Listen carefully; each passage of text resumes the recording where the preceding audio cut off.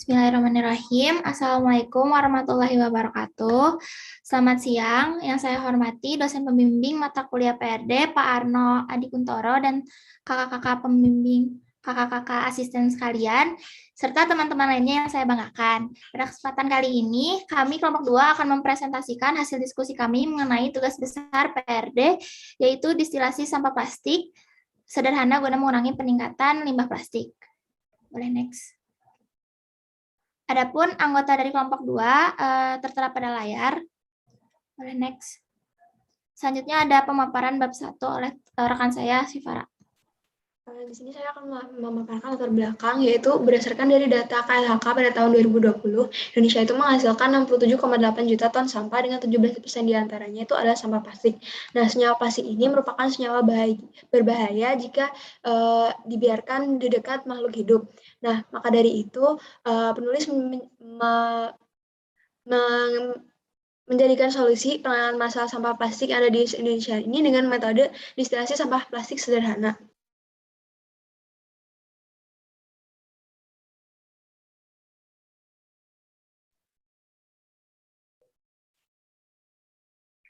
Berikut merupakan rumusan masalah yang terdiri dari 4 poin dan tujuan penelitian tersebut merupakan jawaban dari rumusan masalah.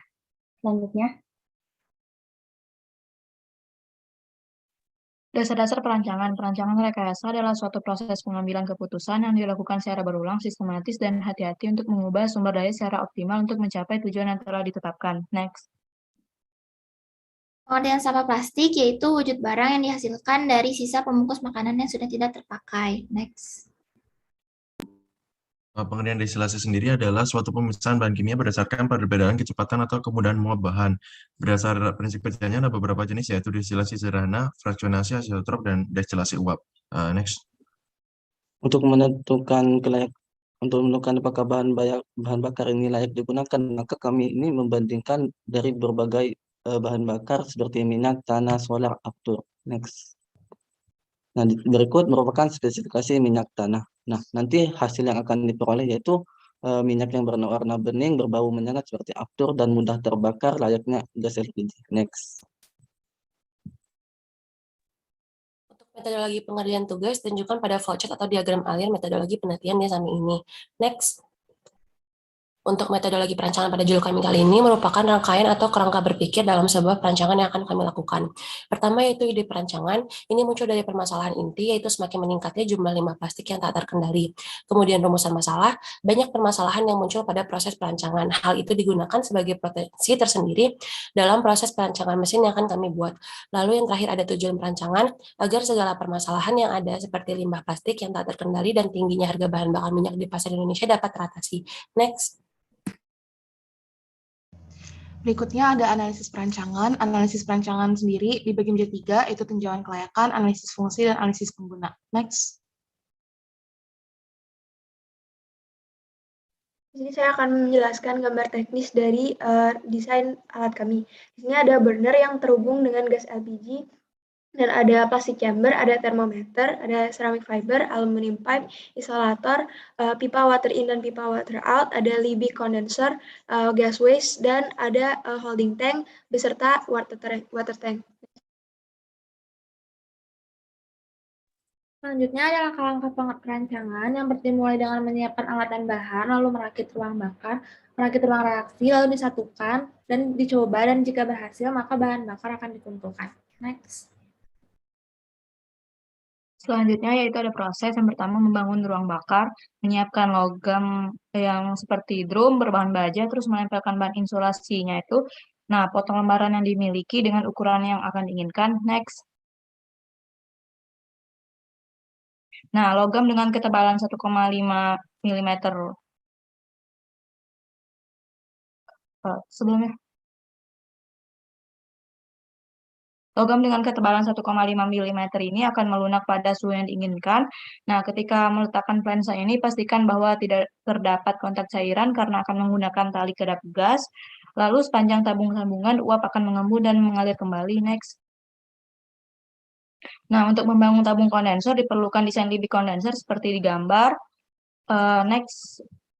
Terus menyiapkan bahan beton tahan api dan potong batu api, lalu menyiapkan semen dan mencampurkannya dengan air untuk memastikan beton tahan api yang digunakan itu mengeras, dan jangan lupa menggunakan sekop untuk mengisi rongga dan membuang kelebihan semen. Next. Lalu ada proses pirolisis. Berdasarkan hasil penelitian proses pirolisis yang sudah dilakukan di Jepang dan Korea Selatan, jenis plastik yang bisa diolah itu adalah LDPE, PP atau polipropilen, dan PS atau polistiren. Sementara jenis plastik yang harus dihindari adalah PVC dan jenis bahan seperti ban karet. Next. Berikut adalah alat dan bahan yang dibutuhkan dapat dilihat di layar. Next. Untuk estimasinya menghabiskan sekitar 3.400.000, namun harga ini masih bisa berubah-ubah tergantung desain dan jenis bahan yang kita pakai. Next. Untuk pemeliharaan alat tersebut bisa dilihat pada layar. Berikut beberapa poin kesimpulan yang telah kami rangkum, yaitu ada proses atau cara kerja dari distilasi sampah plastik menjadi bahan bakar minyak diawali dengan proses pirolisis. Selanjutnya ada kelebihan dan kekurangan. Kelebihannya yaitu bahan bakar minyak dari proses distilasi dapat mengurangi polusi sampah plastik. Minyak yang dihasilkan juga dapat bermacam-macam dan bisa digunakan menjadi bahan bakar alternatif. Kemudian zat sisa dari distilasi sampah plastik tersebut berupa karbon yang dapat berfungsi sebagai pupuk. Dan kekurangannya adalah keterbatasan biaya yang memerlukan alat yang sangat mahal, terdapat emisi gas beracun, minyak yang dihasilkan sangat terbatas, dan memerlukan gas LPG yang banyak. Selanjutnya, cara menghilangkan oksigen dari plastik chamber dengan memasukkan selang chamber yang berisi HCl ditambah karbon yang menjadi gas CO2. Gas tersebut akan menangkap oksigen. Yang terakhir yaitu faktor yang mempengaruhi proses distilasi sampah plastik ini, yaitu jenis sampah plastik, suhu, alat, dan waktu. Selanjutnya ada saran yang kami ajukan dapat dilihat di layar. Next. Yang berikutnya ada evaluasi, yaitu ada beberapa evaluasi dari proses perancangan kami. Yang pertama ada proses pembuatan alat yang memakan biaya, pemeliharaan alat yang membutuhkan biaya yang tidak sedikit, tidak semua jenis plastik dapat diproses, terbatasnya kuantitas sampah plastik dan bahan bakar yang dihasilkan, dan plastik yang memiliki sifat sulit terurai dalam proses ini dapat mengurangi peningkatan sampah plastik di dunia yang tak terkendali.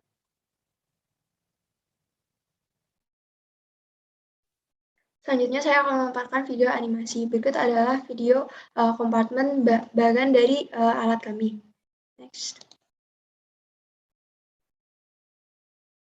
Nah, berikut adalah proses pirolisis. Yang pertama yaitu botol sampah plastik dimasukkan ke dalam plastik chamber, lalu ditutup dengan rapat.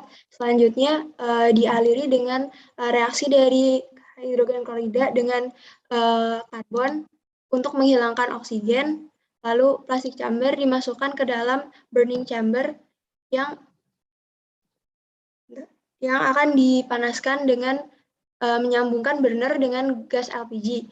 Lalu gas tersebut akan mengalir di pipa, lalu masuk ke dalam isolator untuk diturunkan suhunya. Setelah itu akan mengalir ke dalam bibi kondensor yang airnya berasal dari water tank, lalu diturunkan lagi ke dalam water tank menggunakan prinsip fluida dinamis. Setelah itu gas akan berbentuk cairan, lalu akan disalurkan ke dalam holding tank untuk nantinya dikumpulkan ke tank pengumpul.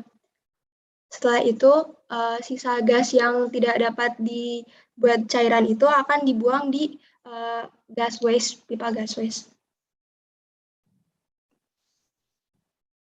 Berikut adalah poster dari distilasi sampah plastik guna mengurangi peningkatan limbah plastik.